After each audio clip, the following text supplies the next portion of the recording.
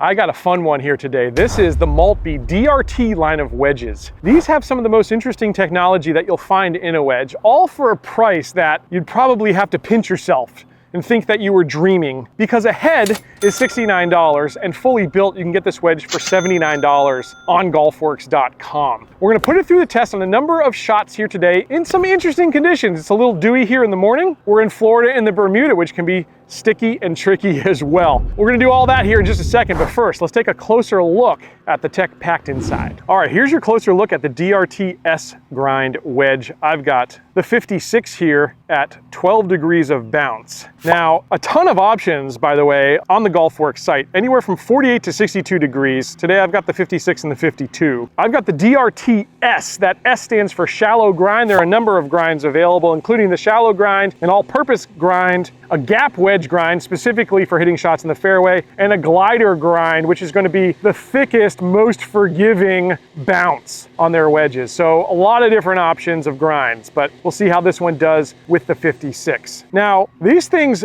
look very, very player friendly, but they're also packed with a lot of forgiveness. The reason is something you can't see hiding behind this forged 1025 carbon steel is that they've got a ceramic matrix composite. What that is a very hard but very lightweight material. We started to see this in some irons this year. Ben Hogan did it, and Maltby also did it with the TS 3.5s, which is another review we've done here on the channel already. What this does is it optimizes the center of gravity. They say it puts it in positions that are not normal for wedges, and so they can retain these players' looks but still have incredible forgiveness packed inside. As you can see, there are a couple of different grinds for this wedge. I've got some trailing and some leading edge relief. We'll see how that works through the turf. The top end, I would say for a wedge, pretty thin. It's not the thinnest, but it's certainly not super thick, and there's not much offset there either. So like I said, a very player-friendly package. I've got these on the Score True Temper shafts, and I got a Lambkin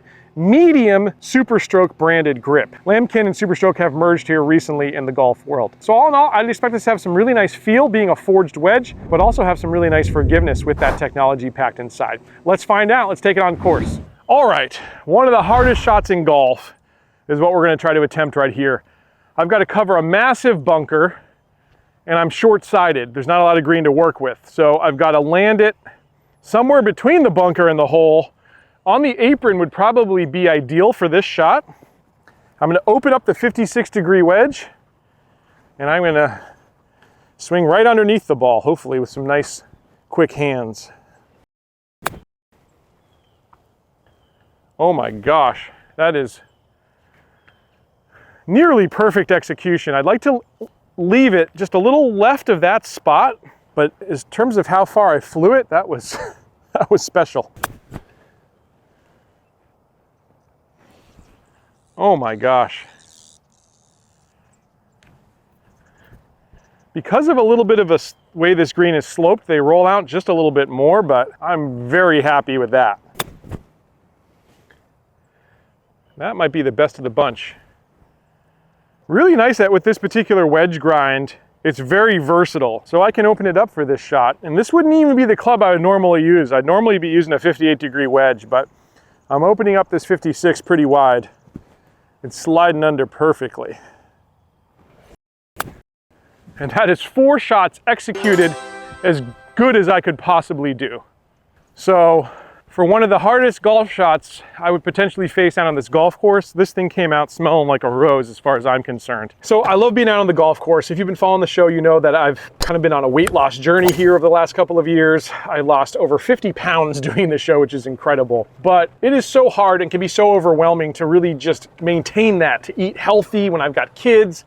I'm coaching their baseball team. I'm out here shooting videos all day long, and I just don't have a ton of time to cook these days. So I've really enjoyed using a new service called Factor. And I'm enjoying meals that are fresh, never frozen, and they make it easy to eat clean without cooking. 2 minutes in the microwave and you've got a restaurant quality meal that actually fuels your day. Now, Factor just doubled the size of its menu with over 80 plus rotating weekly meals and a huge variety of cuisines. I've been eating Italian, American, Jamaican, Asian, everything. You can even swap proteins for free.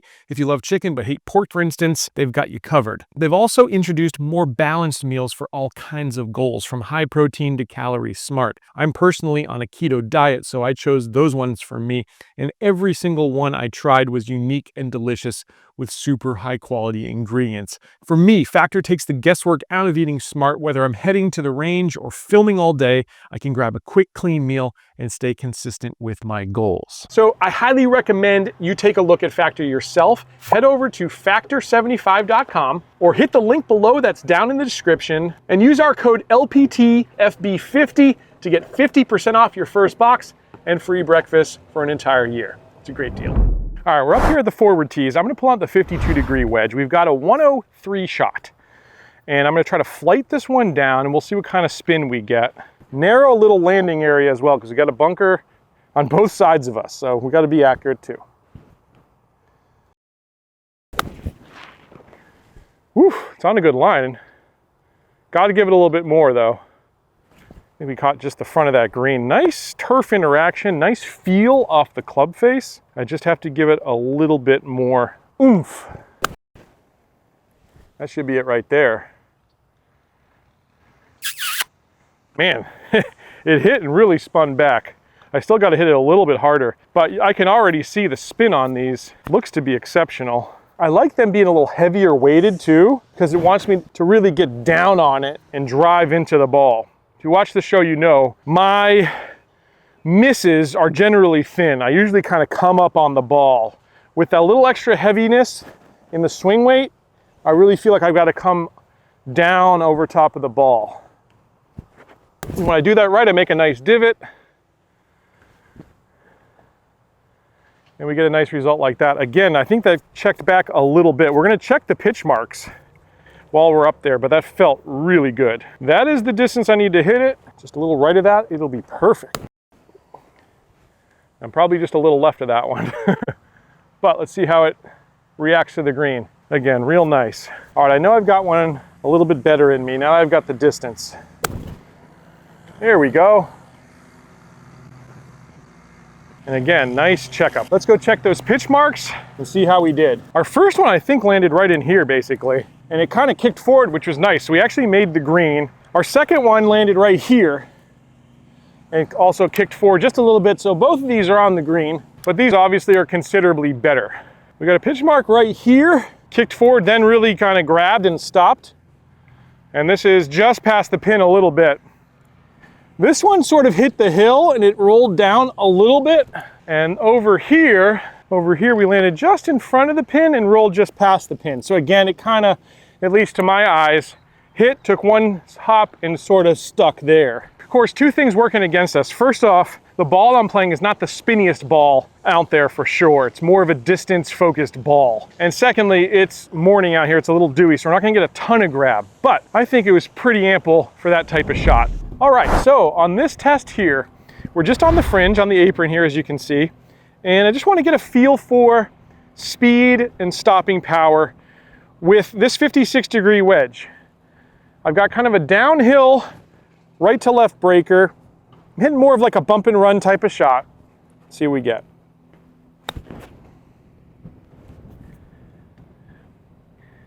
Some real nice secondary check there. I hit my landing point exactly. Now if I'm just a little inside that, it'll be even better. I caught that a little fatter, so we got some more rollout, but it still managed to get through the turf, even on a little bit of a fat shot. So the bounce on this particular wedge is not a ton, but it's probably more than some of the 56-degree wedges out there on the market. And the reason is because of them being able to move that ceramic into the forging here that we talked about in the closer look. Worked out well for me there. Now that one, I caught a little thin. It might be our best one. I almost went in the hole. And I finished with maybe my best shot. I'm walking it in. Oh! I thought that was going in. Really great result. These three are certainly basically dead, and this one very makeable back here. So for hitting it in a couple different spots on the club face, very forgiving. I thought we had some nice secondary checks. And all in all, on that fat shot, that probably was the most impressive, because still with that leading and trailing edge relief there. The way this is milled, I was able to still cut through and still make a pretty darn good shot. So let's move on to the next test here. All right, for this shot, I'm in the Bermuda, which is often a very tricky type of grass for people that don't play it. On top of it, it's a little wet here today. So I've got the ball sitting down. I see about half the ball. We want to be able to cut through the turf. And I'm hitting more of like a bump and run type of shot here, going uphill. It came out of there really nice, almost too nice.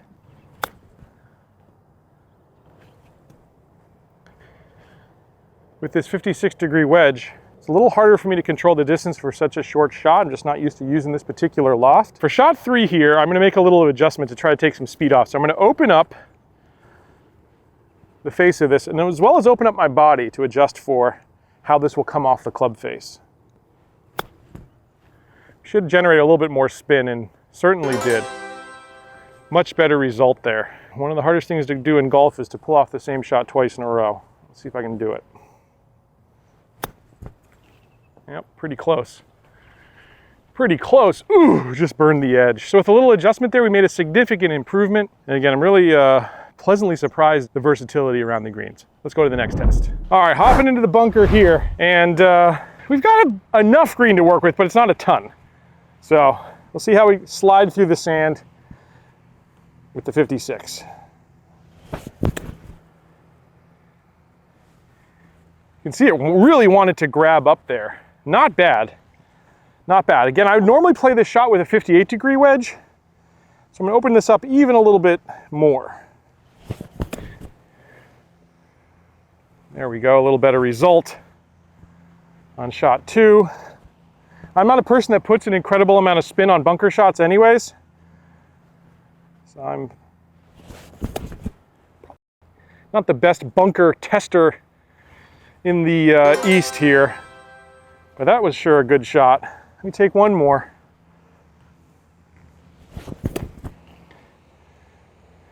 You can see there definitely wants to be some grab. Again, not the spinniest balls I'm playing either. So I think we're getting pretty good results. And just for giggles, we'll try one more. Hit that a little harder. So all in all, a very easy wedge to play out of the bunkers. These bunkers also are a little wet here in the morning. Great sand we have at Carrollwood here, but the conditions are not perfect this early in the morning either. But they're the conditions I play. I'm really happy with those results. And with that, let's go ahead and wrap up my thoughts on the DRT wedges.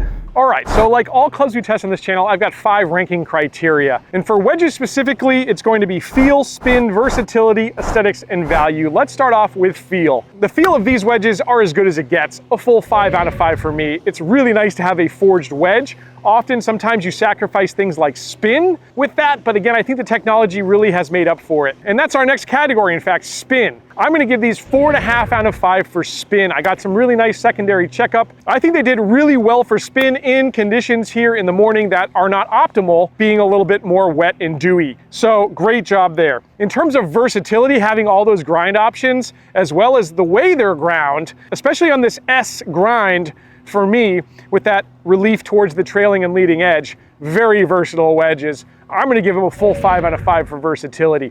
Now, when it comes to aesthetics, it doesn't get much better either, so I have to give it a 5 out of 5. And when it comes to value, I mean, it's a 5 out of 5. You're not gonna find a better wedge on the market for the price. In fact, you could play much worse wedges for double the price these days. Excellent release here from Maltby. I love them. These things could be serious contenders to go in a lot of bags this year, including mine. Now, I actually played a round of golf with these 9 holes when I was testing out the Maltby TS 3.5 irons, and I hit some really exceptional wedge shots with them in a game scenario. So check out that video. I'm gonna leave it for you right here, but just a fantastic release from Maltby. Hope you enjoyed it. I'll catch you back here next time on another edition of Let's Play Through.